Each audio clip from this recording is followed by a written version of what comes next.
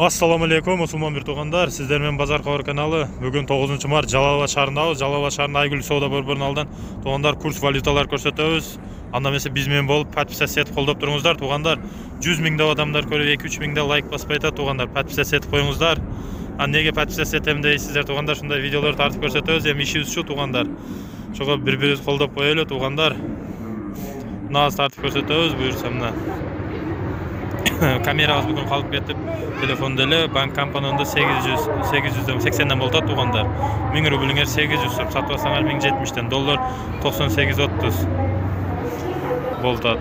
Мына Капитал банкта да туғандар 80 болот, бул жерде да 1000 рублиңер 800 сом болот. Аман банк.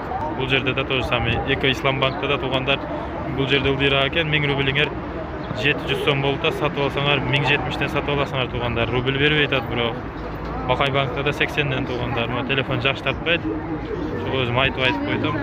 Мына бул жерде да көрүп турганыңыздардай туғандар 80 банк Азияда дагы.